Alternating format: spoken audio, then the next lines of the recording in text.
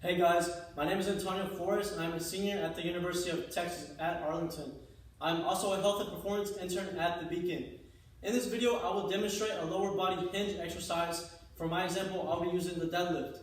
Now before we go into our deadlift, I would like to show you two different hand positions for this exercise. Number one being the overhand grip position. Both of our hands are going to be in a pronated position, palms going back behind us. The second hand grip position will be the alternated hand grip. One hand is going over, one under. Pronated, supinated. But for this video, we'll be using the overhand grip. Now, I will show you a side view of the deadlift first, and then I'll show you a front view of it. So to begin this exercise, we're going to make sure our feet are in a feet to hip width position, right? We don't want shoulder, we don't want it too far out. That's a sumo. We're going to keep it close to us as possible. So hip width apart. We're going to walk up to our bar, hip width apart, dig our toes into that sand, really having a good grip from our feet to the floor. Now we're going to go down. As we go down to reach for our bar, our butts are going to slightly be pushed back, bend at the knees, back straight all the time, going into that overhand grip. Now try to imagine our hands being hooks and arms are chains. We're going to have that shoulder right over the bar, and now we're going to pull the bar up to our shins.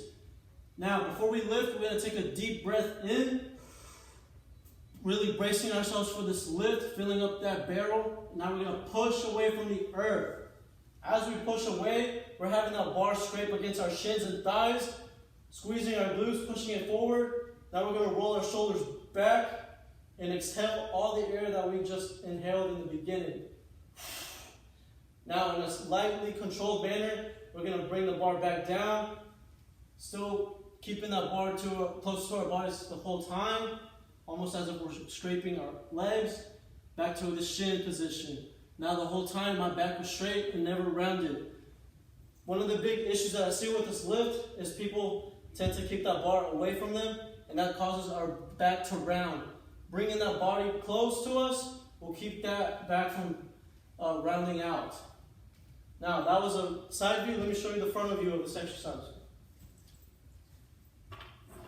Now before we begin, I just hinted out one of the issues that we see in this exercise is having that bar way too out in front of us. Secondly, ego lifting, too much weight. Too much weight can really affect our form in this exercise. Try to have a controlled lift first and really get down the form before we start adding more weight to it. There's no rush. We don't want to hurt our backs. Thirdly, try to always have those arms locked out straight as possible, no bend. I've seen way too many videos of people ripping their biceps, and it's not pretty. So here's our front view. Step up to the bar, dig those toes into the sand, reach down into that pronated grip. Our arms are going to be right outside our knees. These are going to be going outward. Don't let them cave in. Pull up to our shins. Big deep breath in and push away from the earth. Keeping that bar as close to our shins and thighs as possible. Squeeze, pushing those hips forward. Roll those shoulders back all in one smooth motion. Bringing the bar back down. Scraping our thighs, shins. Back to our shins, ready for another rep. There you go, guys. That was the deadlift.